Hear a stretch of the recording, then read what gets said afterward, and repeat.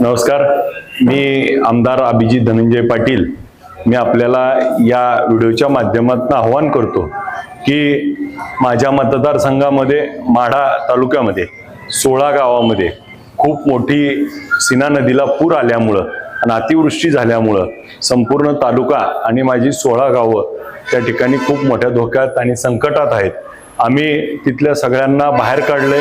आज जीवितहानी झाली नाही, परंतु सगळ्याचे संसार मात्र आज उघड्यावर पडलेत। सगळ्यांच्या घरात पाणी शिरलंय, कित्येक जणांची जनावरं वाहून गेलेत। आज कित्येक जणांचे दुकानं होती, संसार होता, ते पाण्यात त्या ठिकाणी बुडलंय आणि आता ती विस्थापित होऊन बाहेर आज कॅम्पमध्ये त्या ठिकाणी राहतायत। तर यांना मी आपल्या सगळ्याच्या माध्यमातून आवाहन करतो की त्यांना पिण्याच्या पाण्याच्या बॉटल असतील, जेवण असेल, खाणं असेल, हे सगळं त्या ठिकाणी आम्ही पुरवतोय।